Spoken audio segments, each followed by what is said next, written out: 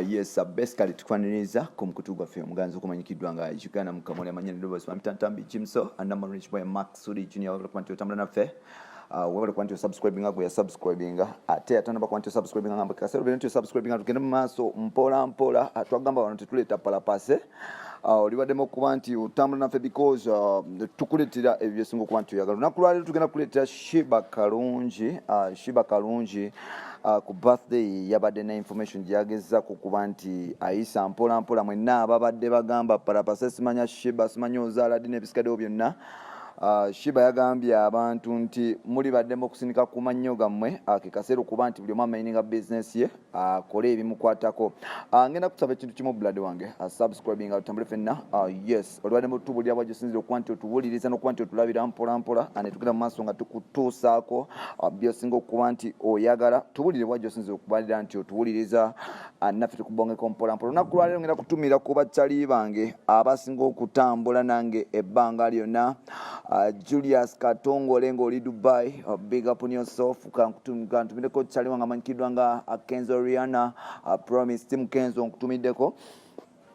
Ngenda tumirako chali wanga manyikiddwa nga Tina, waliwo Dera ng'oli London kutumideko ne chali wanga ne bachali banga abalala mwenna batumideko olunaku lwaleero. Yes mbagamba nti olibaddemu okuba nti oleka opinion yo mu comment section n'otubulira kiki kyolowooza ku nsonga nga bwe zitambula. Saagala obeera ogambe nti yes Jimso weemalirira ebintu nga bw'obirowooza no olibaddemu okuba nti oleka opinion yo ate nga nkugamba kino wenna atambula nange opinion yo esigala opinion yo naffe byetutaddeyo bisigala bya so nolwekyo yes buli omu respecting opinion ya munne n'ekintu ekinaba nga kitambudde mpola mpola.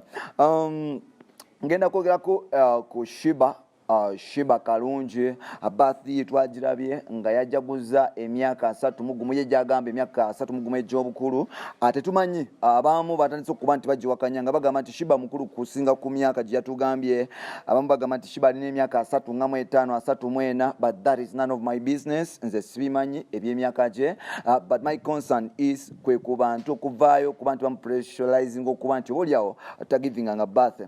Bafani bavudde ne bagamba nti Shiba olina emyaka 31 gy'otugamba nti yes myaka 31 egy'obukulu otugamba nti olina emyaka 31 naye ate walibadde ng'otuwaayo ku mwana asooka naffe ne tugamba nti oba oliawo Shiba Kalungi yatuzaalira.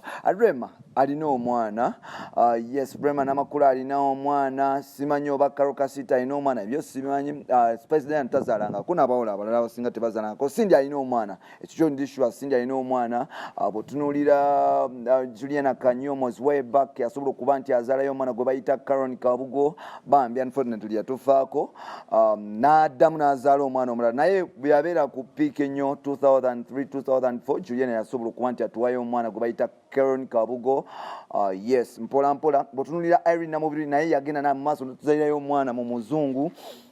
And now question is about like abantu bapininga Shiba okuba nti bakitazala. Now waliwo scenarios waliwo theories ezigenda mu maaso conspiracy theories ezigenda mu maaso nga zitambula nga bagamba nti oliawo Shiba Kalungi tali ready kuba nti azaala nti ali abakazi banne. I don't know like nkubulira like kyovula bankugambye bino sibirinako obukakafu saagala muntu ankwate bubi agambe nti Jimso agambye boti ne boti. The thing is waliwo ekibuzo ekitambula nti Shiba yali mukwano gwa Keko and whereby Keko fena tumanyi nti Keko lesbian Keko like musajja omukyalo omusajja she doesn't care whether oli mukazi oba oli musajja ye ali abakazi banne. So waliwo ekibuzo ekitambula nti oba oliawo ne Shiba yagezako okuba nti akyuka mpola mpola bw'otunuulira Shiba embeera ze zirimu ez'abasajja nti like she like yeeyisanga abasajja akola ebintu bye nga abasajja like bw'otunuulira actions ze zonna abasajja like otunuulira byonna byakola ayagala kufuga abasajja.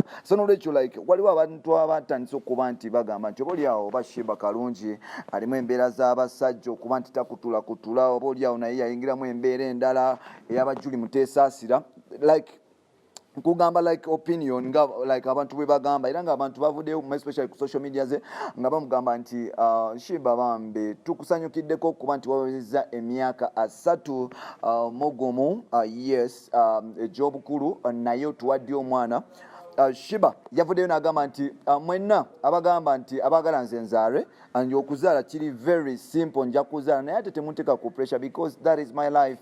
Nze sigambangako omuntu yenna ne mugamba nti ogenda kuzaala disibangayo kugamba muntu yenna nti oba gwe boyfriend wo yani oba girlfriend wo yani. So gwe bw'otandika okunteekako pressure y'omwana nsuubira kyokoze kiba kikyamu. Mu Uganda bafans bagenda mu maaso n'okuba nti oba oliawo batakinga ba celebrities ab'enjawulo. Bafani nabo baagala kufuuka ba celebrity ku posti za ba celebrity abasinga obungi era nga tulabye omukyala nga Winnie Nwagi ng'alwana ne bafans ebiseera ebisinga nti Nwagi yafulumya ebifaananyi ng'oba oliawo ebitasanyusa bafani. Ebifaananyi ebyo mwalimu ebituli kabina ke kalimu ebituli oba oliawo abasinga bagiyita photoshop oba oliawo abasinga bagamba nti si bituufu naye nga twalaba akabina ka Winnie Nwagi nga kalimu ebituli. Now abantu baggula olutalo ku Winnie Nwagi ne batandika okuba nti bamupointingamu engalo nga bamugamba nti Nwagi oba oliawo tatuukiridde, Nwagi tali suppose kuba nti atulaga mubiri bla bla bla. Now turn eze ku Shiba nti Shiba Tan yamuzeko nti whereby Shiba talina music ali awo atambula. Unfortunately yatadde album naye album ye bw'ogitunuulira nti kuliko ennyimba ntono nnyo ezitambula. Bazeeko mu competition n'abaana but however much nti n'omuntu gwe bagezaako kuba nti bamuteeka mu competition because like Shiba sawa zino bamutadde ku competition ne Spice Diana naye ne Spice Diana kimusanze nti Spice Diana talina ndongo this year like atadde ennyimba 3 Spice zonna zatadde ziganya okukola whereby like Spice naye alina okuba nti yeetereza. So Shiba kimusanze nti talina music, abantu tebakyamutegeera byayimba n'ekirala media yagenze maaso n'okuba nti emuvaako mpolampola. Kati saawa zino bafani batandise okuba nti bamudemandinga bamugamba Shiba lwaki tozaala. Shiba agambye nti nze nakuwa pressure, nze tewali muntu angambangako okuyimba, nakuwa pressure y'abafani okuba nti bambuuza ludi lwenzaala because bafani nabo balina ebintu byabwe. Agambye nti oba musobola mumpeeyo omusajja omu gwe mulowooza nti oba asobola okunzaalamu ajje anzaalemu omwana mpolampola nange ndi willing okuba nti yes muzaalira. Byebyo ebife wa Shiba kalungi. Simanyi what is your opinion about this? Osuubira Shiba akekasera okuba nti azaala omwana oba nedda? Gwosuubira kirungi bafans okutandika okuba nti bademaninga ba celebrities ebintu ebisinga?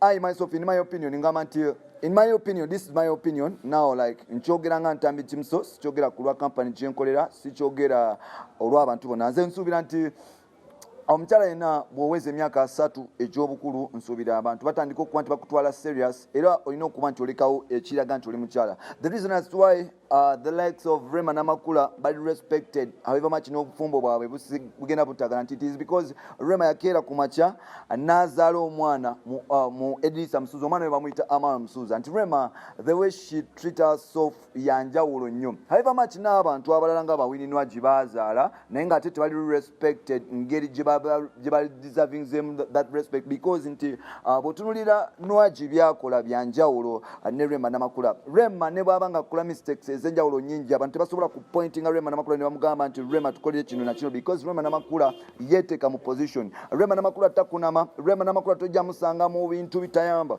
So Shiba ye creating that space. It's okay to Queen Kama. She acts like a bitch.